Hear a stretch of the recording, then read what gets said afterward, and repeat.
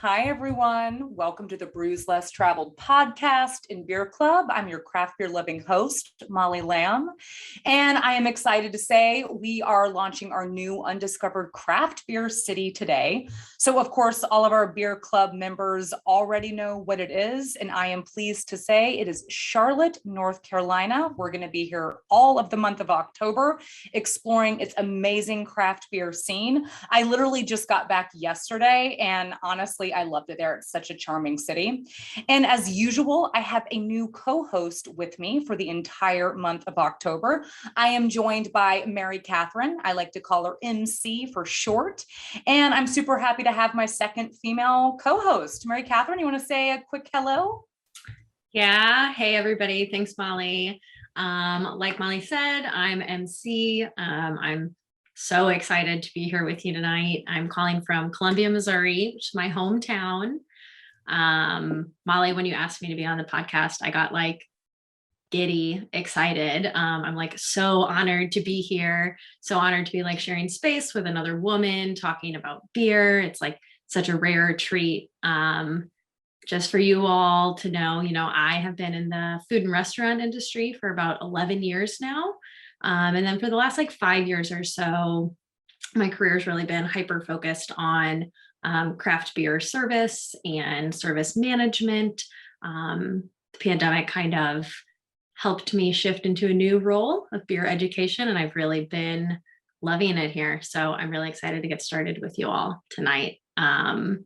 Couple of housekeeping things before we get into the good stuff. There is a chat function for everybody.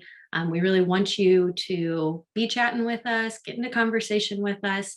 Just make sure that you select all panelists and attendees when you write in the chat so that we can all see it. We can all participate in conversation together. Absolutely. Yeah. Don't be shy about the chat function. We will get to all the questions, and we always love to hear from you. And I'm just going to take a second and brag about Mary Catherine. So she's among my most accredited co-hosts yet. So she's completed 1.5 of the Cicerone certifications, including the certified beer server and most of the certified Cicerone as well. She's currently studying for the tasting portion of that level, which is super challenging. And like she said, worked as a beer tender, slinging beers behind the bar, and is also a fellow coworker of mine at our other brand, Unboxed Experiences, hosting our super fun beer and cheese events virtually. So Mary Catherine, you have all of us in very good hands, and I cannot wait to just talk about beer with you. This is going to be so much fun. And I was so excited that you said yes, and we're able to commit, Wednesday nights to hang out and have a beer. So it's awesome. Making me blush, Molly. I'm excited to be here, and you all have an awesome box in front of you. A couple of fun things in there other than your beer. You have a City Brew Tours koozie, always super important if you're like Molly and I, you like to be drinking beers while you're like floating down a river. It's like an essential part of the good times. Also a really nice bottle opener, a nice flat one as opposed to the teeth one. So really good thing to have in your beer collection. Other than that, we have a really great guest coming on tonight. Connor Wolfarth is going to be with us. He is a franchise owner at the City Brew Tours in Charlotte, and we're going to be drinking the Citraquench'l New England style IPA, and also the London Bridges Falling Brown English Brown Ale, both from Heist Brewery in Charlotte. I'm so excited. These beers are going to be great. And I always love when we get to have a brew bus owner on. We've been lucky to have quite a few. So I'm pumped to introduce Connor a little bit later. And one thing I love about City Brew Tours is they have this great combination of making it educational, but also super fun. And I feel like they really hit a need in the industry for both beer education, and then of course the, fun social vibe that comes along with drinking beer too. So that is exciting. interesting. And it's always a great way to learn about the city is going on a brewery tour. And I'm curious, those of you tuning in, did y'all have any guesses as to what our next craft beer city was going to be? And has anyone been to Charlotte before? But I'm curious, like, what did you guys think the next city was going to be? Oh, we got someone who lives in Pittsburgh. That was one of our cities a few months ago. Yeah, Pittsburgh has a great beer scene. And you visited a few Charlotte breweries. Cool. Did you have a favorite one, Joe? I'd love to hear. They were awesome. I can't wait to explore all month. Okay. And Aaron, your parents just moved outside of Charlotte. Cool. Oh, this is going to be perfect. This is going to give you all the more reason to go visit your parents. Yeah, Joe says that he likes Heist and Wooden Robot. I haven't heard about Wooden Robot. Their IPAs were top notch, apparently. Cool. Yeah, Heist was super awesome. I can't wait to share my experiences. But first, you guys want to go ahead and open a beer? Mary Catherine, you want to open the Citraquench'l New England style IPA with me? Absolutely. I read some reviews about this beer in preparation, and I have been itching to drink it. The reviews are incredible. Oh yeah, and I tried it so when I was at Heist, and it did not disappoint. And yeah, I can't believe I just got back yesterday. Okay. All right, I got a lot of foam on mine right now. Caleb, you've been to the Charlotte airport. Yeah, I was excited because this was the one city I can fly to direct from Chattanooga. You always have to fly through Charlotte or Atlanta. So I was like, yeah, I'm not gonna have a layover. All right, guys. Woo. Cheers. Cheers. Right on. Look at that hazy boy. Oh my gosh. Wow. That's Citra. I can smell it from like across the room. I know. It almost could be a perfume. All right. Oh, that's so refreshing. Yeah. And this beer, it clocks in at 7.1% ABV. And it's a New England style IPA brewed with Citra. And man, it's just really flooded with that unmistakable aroma and flair of the Citra hops. It's got like a big tropical fruit note to it, but it's also got like a smooth, dry finish. Yeah, very dry at the end, a little astringent, but like in a really good way. Mm-hmm. Molly, one of the things I like really love about single hopped beers like this, so often you see, especially New England style IPAs, have like 2 and 3 and 4 different hops in the hop bill. But with like a single hopped IPA like this, you can really like get to know one type of hop really well. And Citra is so popular. Absolutely. I know. And you brought that up earlier, MC, when we were talking. I thought that was such a good point. You're right. Because sometimes it's almost like this fight to have the most hops, which is totally cool. You can get a really complex flavor if you're adding, a few different things in there. But I completely agree with you. I think a single hopped beer is great because it's kind of no muss, no fuss. We believe in this hop. We're putting everything into it. You know what I mean? Like we really believe that this alone can make the beer great. Yeah. And I agree. You get to know the hop so much better because now I feel like I know all what Citra is about just from smelling this beer. Right. I mean, that tropical aroma is just beautiful. I'd say this beer is hazy on purpose and delicious with intent. It's super good. And I'm curious, what is everyone thinking about this beer? Drop a message in the chat and let us know. I hope you're all hazy fans because this is among the best. Yeah, Rob, it's super smooth, right? Yeah. And it has like almost a little bit of like a bitter finish to it. Like it's not as sweet as some juicy IPAs. It's got like a nice refreshing finish to it. Yeah. And a nice pillowy mouthfeel. Yes. Yes. Super plush. I love it for sure. And while you guys are enjoying this beer, I'm going to share a couple facts about Charlotte with you. So as I mentioned in our last episode, Charlotte is the pimento cheese capital of the world. So a bit more on that. The city's popular local spot, Ruth's Salads, produces 45,000 pounds of the Southern lunchtime staple every single week. It's actually the most of any company in the entire Southeast. Yeah, and I'm a bit of a beer history nerd, almost to a fault. So I'm going to lay some history on you guys. So specifically about Charlotte, in the 1700s, there were two really important pathways that crossed where uptown Charlotte is, which is actually the downtown neighborhood. They feel that uptown seems a little more positive. I agree, I think. One was called the Great Wagon Road, and it was built by European settlers, and it stretched from Philadelphia to Georgia, and it basically moved colonists southward.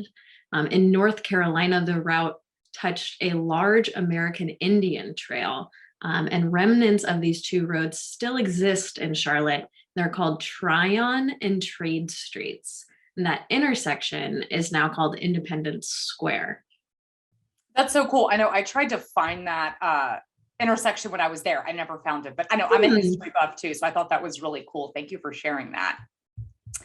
And a little bit more about Heist. So they opened in 2012, and it was actually Charlotte's only craft brew pub for a while. And they started out as a German brew house, and then they expanded in 2017, adding a 30-barrel production facility.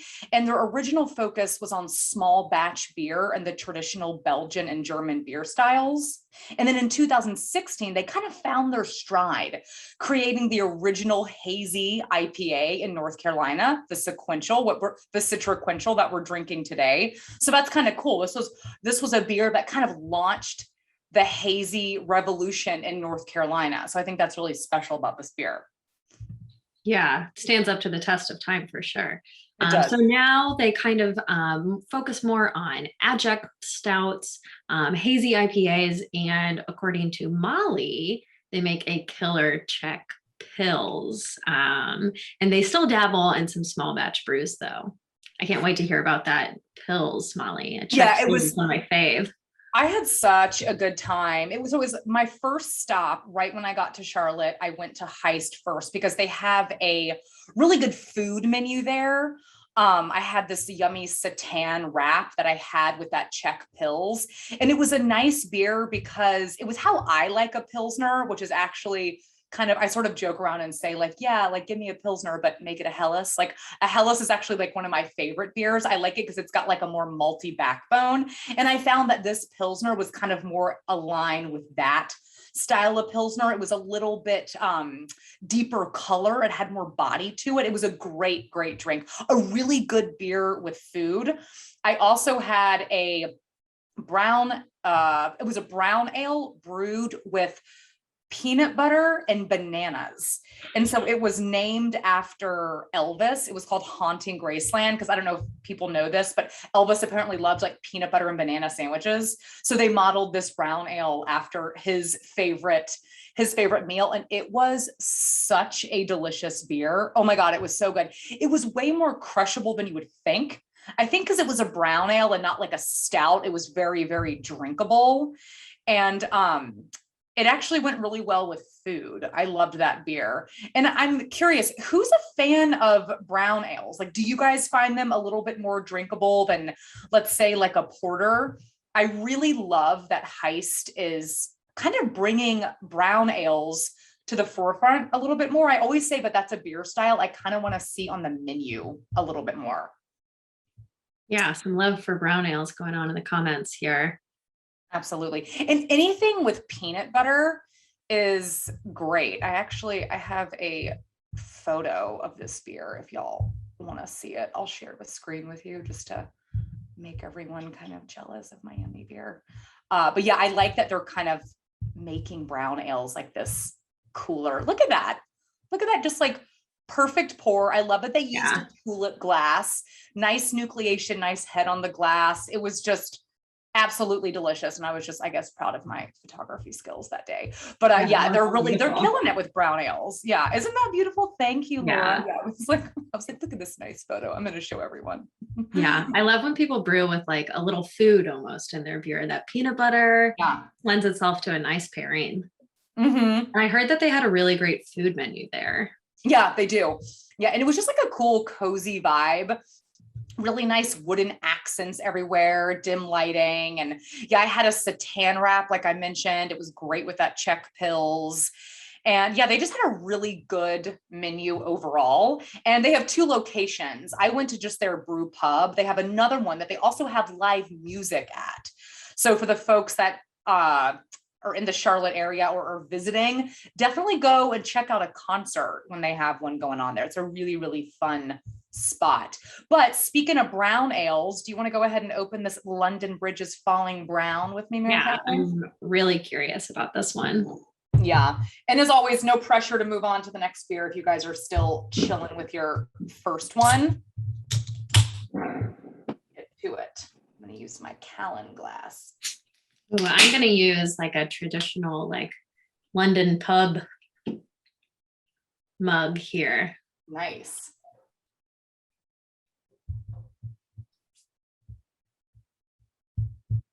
I love a good mug. Woo! Oh, that's beautiful. That is a beautiful beer. Yeah. And this one I definitely had one of these when I went. So the London Bridges Falling Brown, it clocks in at 5.4% ABV. This is an English style brown ale with notes of light roast coffee, dark chocolate with a nutty quality and a subtle note of dark fruit to it. I found this one to be really palatable. Yeah. Nice kind of bitter quality to it, but a little bit of a sweet finish. Yeah, I definitely get that coffee like right off the bat on the nose. Yeah, absolutely. Really good. And as always, guys, feel free to ask our guest any questions that you want. We're going to get those questions right to Connor. Let's welcome on our guest this evening, Connor Wolfarth, franchise owner at City Brew Tours in Charlotte. Connor, how are you? Hi, guys. Very nice to meet you all. I'm happy to be with you. Yeah, pumped to see you. Thanks for joining us. Of course. Cool. So Connor, we always love to start off by asking our guests their craft beer origin story. Can you tell us yours? Sure. So I guess my craft beer journey started about a decade ago, maybe a little bit more. My parents purchased what they'll end up retiring to a condo in Rehoboth Beach, Delaware, and there's a very famous brewery there that's a little bit mainstream now because they merged with Sam Adams, but perhaps you've heard of Dogfish Head. So they're everywhere now as a result of their relationship with Sam Adams. But I got to know them very early on before they built this gleaming new beautiful tap room when they were sort of just a scrappy startup. And for sentimental reasons, they've been my favorite ever since. And yeah, now you can get them at any restaurant. Any stadium has Dogfish Head. And actually, it's really good for me because previously I wasn't able to get my favorite beer, which is their 60-minute IPA, anywhere else except Rehoboth Beach, Delaware, and now I can get it basically anywhere. But yeah, so that's where it started, and I really fell in love with the craft beer community, and where my parents live in Bel Air, Maryland. There's a few around there that are built up on farms, and I love the atmosphere going to them, visiting them, and now I get to do a fair amount of traveling either in my personal life or for my job, and wherever I go, I always make sure that I visit a local craft brewery. It's one of my absolute favorite things to do. Yeah, I always say when you're traveling, one of the best ways to kind of get the lay of the land is to go to a brewery. And I love that because beer is so local. It really kind of defines the region or the state or the city. You don't really get that same experience from wine because it's either really just in like Oregon or California or overseas somewhere. But no matter where you're traveling to, you can always find a brewery somewhere nearby. And it always feels like a fun local thing to do. So I totally agree with that. And yeah, we always love having a brewery bus tour owner on. And because you have just kind of like a broad view of the city's beer scene. What do you think makes Charlotte special in terms of craft beer? Well, first of all, did Mary Catherine steal my bus? How did you get my bus? I'd love to. For everybody listening, that is my bus back there. Isn't it beautiful? It's a good looking bus. My green screen wasn't working, so I just have a boring green screen behind me. Not a cool bus, but it looks super fun. It's the pride of the City Brew Tours fleet. Yeah, well, I had gotten to travel to Charlotte a few times. I'm not originally from Charlotte, but I got to do a fair amount of traveling there for my job. And what I noticed in just dealing with like some vendors that we were working with and different people, everybody would always take us to a brewery. And I'm originally from New York, and very similar to how we have like a pub culture here in New York, where there's a pub on every corner. In Charlotte, there's literally a brewery almost on every corner. I could not believe how many there were in there. In the sort of the 20-mile radius of my franchise, there are 30 breweries. And in the Charlotte metropolitan area, there are 60 breweries, which is Wow. just really unheard of. And when you compare it to any other city, there is no comparison, honestly. And that's really why I thought the concept of a city brew tours would do really well in Charlotte. We, obviously had to slow walk our launch for obvious reasons, but we got up and running in June finally after a lot of hard work and waiting, honestly. But the reception's been great so far. And yeah, we really love Charlotte, and the breweries that we work with are just fantastic. Generally speaking, people in breweries are just great people to work with. They're really passionate about what they do. They're really passionate about their craft. And what I love, and I think sort of, Chad really capitalized on this in the city brew tours in other cities, but is to cultivate the relationships with the brewers and with the owners of these breweries, because when you come through with a tour, they are the ones who make it special. They're the ones who will sit down for 20, 25 minutes, a half hour, and walk people through what their latest batch of beer is, what they're working on, what they're experimenting with. And again, that's really what makes our tours very special. Absolutely. I totally agree. And it is all about that connection and that relationship. I actually didn't know that Charlotte had that many breweries, but yeah, everyone just kept raving about the beer scene there. And I'm curious, Connor, what's your favorite beer style? What do you love to drink? Hey, it's a cliche, but I am an IPA drinker. I love IPAs. I love the more bitter, the more hoppy, the better for me. Like I said, my favorite beer of all time is the Dogfish Head 60-minute IPA, which is just, beer. I'll say that again. It's a solid beer. Yeah. Yeah, it's just a classic American IPA. Slightly, I would say it's a little bit of an East Coast IPA, and what's interesting is over time I've become more of I like pine and the bitterness of pine, and I like a little bit of like grapefruit in my beer, a little bit of, a good amount of citrus in it. But the 60-minute is not that. It's more earthy. It's, slightly floral, got almost like a bready malt character to it with a hint of honey, which isn't generally what I go for. Again, I like the more bitter, the more hoppy beers, but I guess for sentimental reasons, it'll always be my favorite. Absolutely. We got some people agreeing with you in the chat as well. Yeah, it's such a good beer. And we have a question in the chat. With so many breweries, how do you choose the ones on the tour? And do you offer different routes? That's a great question. Thank you, Pat. We do. So we work with 8 breweries so far. We're looking to onboard a couple more. I try and get it as diverse as possible, geographically diverse. There's a whole bunch of neighborhoods, almost like boroughs around uptown Charlotte. So we like to get people out, because honestly, you could do your own brewery crawl yourself in Charlotte and have a great time. So we want to take people out of the different neighborhoods, so that we do one in South End, for example, one in Plaza Midwood, one in Noda. We don't work with Noda. I saw somebody make a comment about liking Noda, which is a great brewery, award-winning. They have numerous accolades. We do not work with them yet, but I would love to sometime in the near future. But that's one of the most important things is just making sure it's geographically diverse. Because in Charlotte, when you have 30 in a 20-mile radius, there's multiple breweries on the same block, and you want to get people sort of out of a situation where they could just walk to them themselves. We want to give people, we want to add that value for particularly locals who might stick to, 2 or 3 breweries in their neighborhood, is to get them out of their comfort zone and get to experience what else the city has to offer.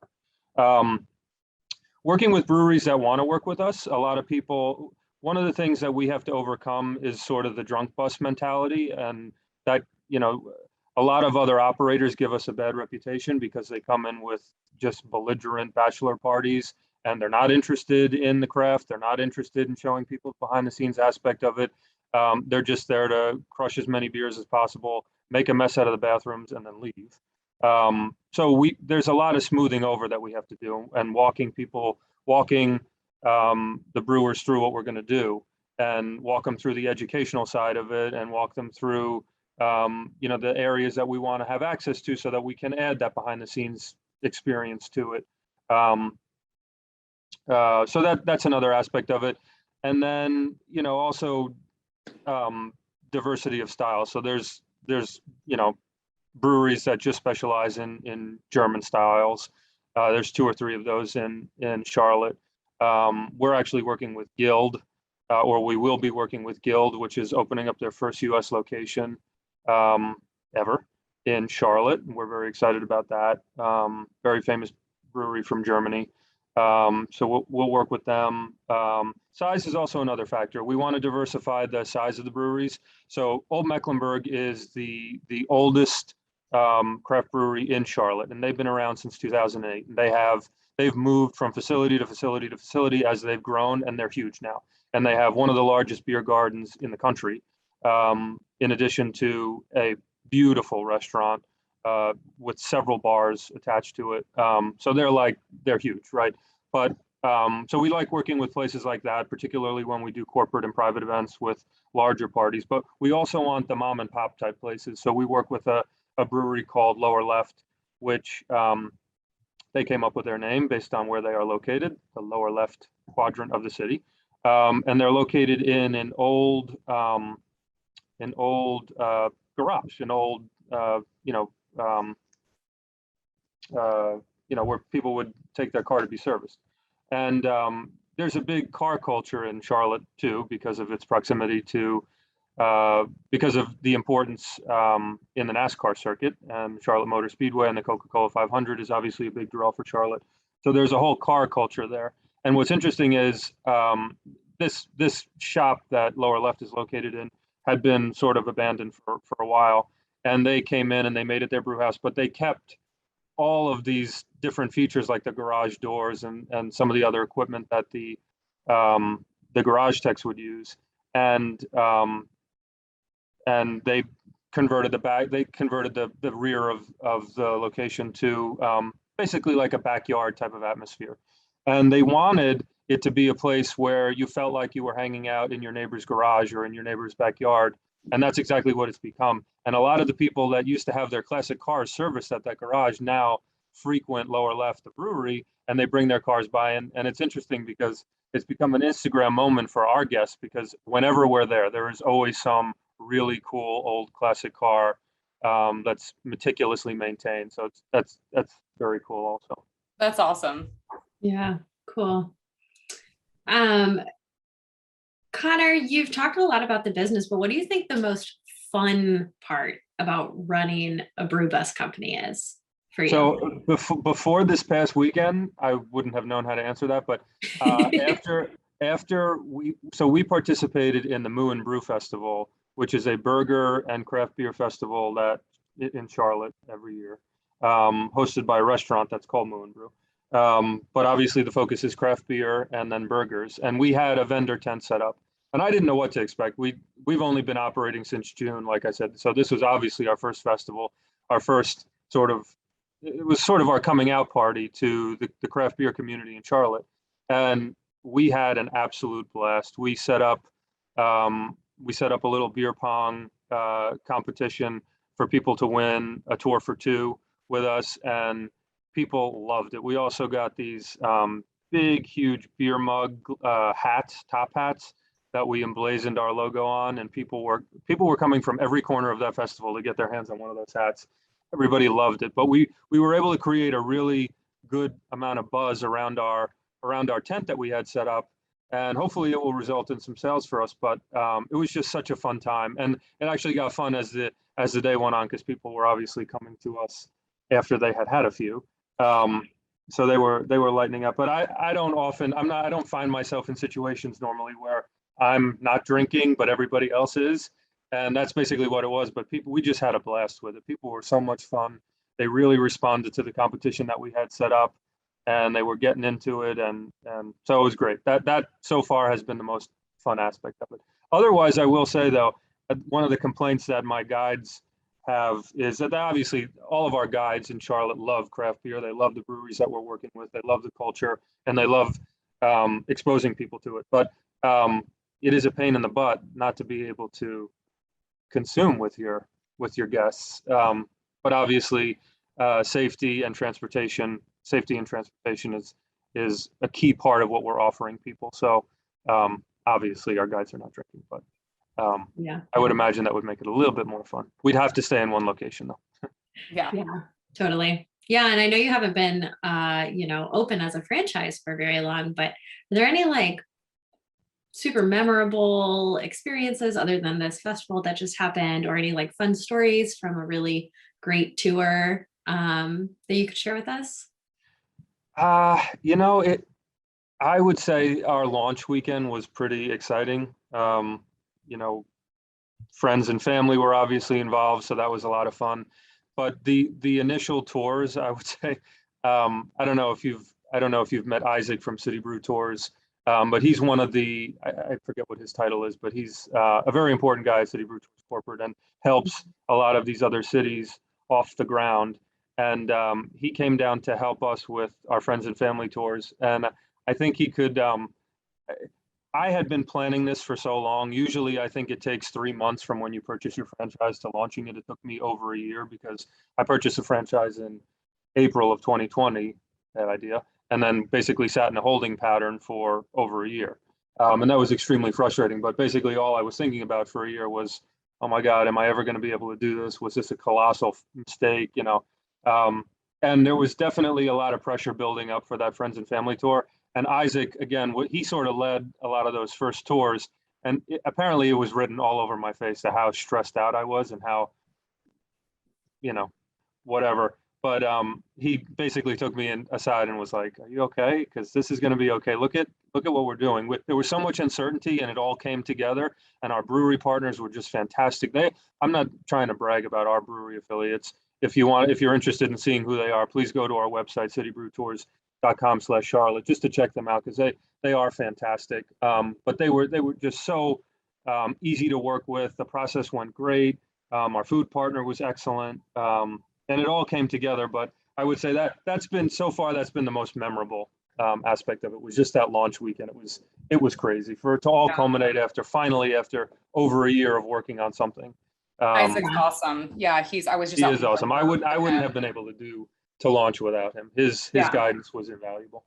Yeah, awesome. Shout out to Isaac. He's great. He gave me a lot of reassurance when I started this job as well. He's the best for sure. He's hilarious. Yeah, he's got like the best energy. I had so much fun with him in Denver, and he's a great coworker. Yes, definitely shout out to Isaac. Yeah. It sounds like your patience really paid off. April 2020. It's a rough time to get this, but that's so exciting that it's been such a success. And what do you feel is the main benefit? You talked a little bit about the benefits of, the City Brew Tours buses versus other buses, but what do you think is the main benefit for people who are taking tours with City Brew Tours as opposed to those other buses, those other brew tours that are available in Charlotte? Right. Well, Chad and City Brew Tours over the years really perfected a tour model that focused as much on the education side of things as the entertainment side. So our guests are obviously going to have a good time. They're going to be drinking lots of beer. They're going to be with their friends. They're going to be having a good time. But we add in this level of sophistication where we take people through the 14,000-year history of beer. And then we take them through the complete grain to glass brewing process, a piece of which we go over at each of the locations. And that's not something our competitors offer. They're basically offering the transportation component of it, which we are as well, in a beautiful air-conditioned van that Mary Catherine stole from me. And another thing, a lot of our competitors, which I can't wrap my head around this and why it's entertaining for people, but the whole pedaling thing. So we don't do the pedaling thing, obviously. We're in the van, which is another great thing. But yeah, I would say, and we don't make it boring, right? It's interactive, it's fun. We interject a lot of humor into it. And then, the other interesting thing that we do that our competitors don't is on the longer versions of our tours, we're doing the meal pairing, and we're taking people through a flavor wheel and we're walking them through just how to pair beer with your food and the different flavors on your tongue to be conscious of as you're consuming this and how they can complement each other is a big thing. So I think people really appreciate that. And again, they're going to have a good time. By the end of the tour, you're going to be between 4 flights of beer, and our affiliates are always very generous with their pours. You're going to be in a good mood by the end of it. So yeah, I think that's what sets us apart. Absolutely. That's great. And I feel like that adds a level of sophistication too, when you do like the food pairing with it, because that's something that not everyone really thinks about. And Joel has a great question in the chat. How does the food part work? Like, do you have multiple locations or one special one? So we have one special one, and it's not actually a brewery, but it is in Charlotte. You got to do barbecue, right? So we've partnered with a barbecue restaurant, one of the best in North Carolina, certainly the best in Charlotte. It's called Midwood Smokehouse, and they have a relationship with several of our affiliates. So we're able to get their beer at Midwood Smokehouse and pair it with a barbecue platter that we've specially curated to go with the beer. And our guides, again, will walk people through material that's included in the lanyards that we give out at the top of every tour, so that people can take it home and reference it and use it as a party trick at some later date. But we walk people through that whole concept of pairing your beer with food, and in this case specifically a delicious barbecue platter that we've got curated. That sounds delicious. Cool. Yeah, what and kind of beers are you pairing with barbecue? So all kinds, and we have our platter is barbecue pulled chicken it's in a mustard barbecue sauce with North Carolina hush puppies, a house pickle salad, which I had never had before. I've been to Midwood. Very interesting salad to have, and their mac and cheese, which is made with a beer cheese, and we pair that. Midwood does have a rotating selection, so we sort of, our guides which keeps them on their toes, but they sort of have to work that out ahead of time when they're coming through with the tour as to what they're going to pair with each course. But we mix it up, and we compare, bitter with bitter. We compare bitter with sweet. We can complement and contrast different flavors. That's what's great about pairing beer with food, is that it's not like wine, where it's kind of one track. You can pair any beer with any food, really. It's just about getting people to be conscious of the flavors on their tongue as they're doing it. So what we do is we do have set beers that we pair with each course of the meal, but then afterwards we tell people, now try each course with each of the beers. Save a swig for each and Right. Try it and see how the flavors change. And people really respond to that and enjoy it. I love that. That's awesome. I'm bummed I did not go to that barbecue place. I was only there for 24 hours, but oh my God, that sounds good. And with so many great restaurants and breweries, I'm curious, Connor, what's your ideal day off in Charlotte? Doing a city brew tour. Yes, absolutely. Definitely doing the longer version of our tour, which it's 5 hours. So it's a big time commitment, but it's well worth it. Charlotte's great, and it's a great walking city. I would probably start my morning with a city brew tours, which essentially is, if you do the longer version, the meal pairing is essentially your lunch, and then you sort of end at 4:30, and then I would go brewery hopping in South End, where you have a high concentration of breweries that are within walking distance of each other along this light rail that was built, so you can take the light rail home or back to your hotel. Yeah, I guess that would be it. Awesome. I love it. And as we wrap up here, it is time for our rapid fire questions. We change these up every single month, and folks in the chat, you can feel free to play along too. So the idea is to not think, just answer. Connor, are you ready? I guess. All right. There's no wrong answer here, so don't worry, you're going to crush it. All right. Kettle sours or wild sours? Wild sours.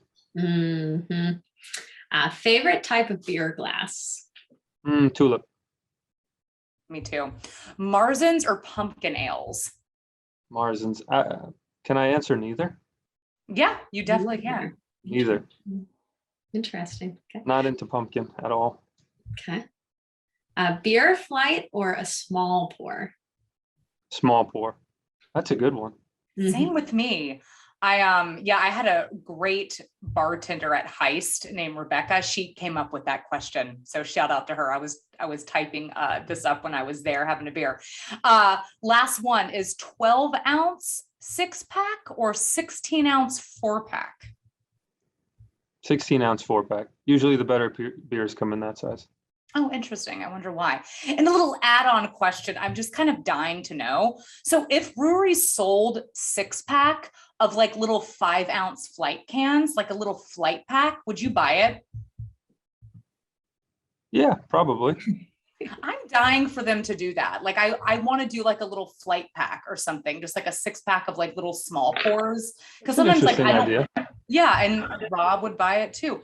Yeah, I think it would different beers, or that would be awesome if they did like a mix and match, like build your own flight or something, but even just like a 6-pack of the same style, but just like small ones. Because sometimes I'm like, I don't know if I want like a whole 16-ounce can. Okay, we're getting good feedback about that. All right, no one's stealing my $1 million idea.